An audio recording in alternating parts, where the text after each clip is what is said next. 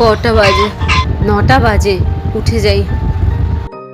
না, আজকে তো ওরা নেই। ঘুমিয়ে পড়ি আর একটু। 12টা বাজে, উঠে যাই। আর ঘুমও আসছে না। ঘরের কাজগুলো আস্তে আস্তে গিয়ে করি। আজকে দিনটা ঝাঁটাটাকে ছুটি দিই। প্রতিদিন এই ঝাঁটাটাকে কাজে লাগিয়ে ঝাঁটাটা আর কিছু নেই। না, আজকে একে রেস্ট দিই আর আমিও একটু রেস্ট নিই। শান্তিতে বসে বসে টিভিটা দেখতে পাবো। টিভি তো দেখতেই পারি না, সারাদিন শুধু কাজ আর কাজ।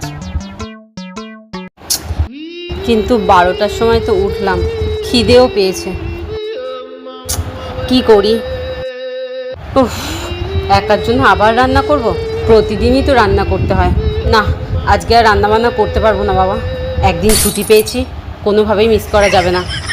এক কাজ করি, আমি মুড়ি ভিজিয়ে জলটা খেয়ে নিই, তাহলে পেটটা ভরবে আর আস্তে আস্তে আমি টিভিটাও শান্তি মনে দেখতে পাবো।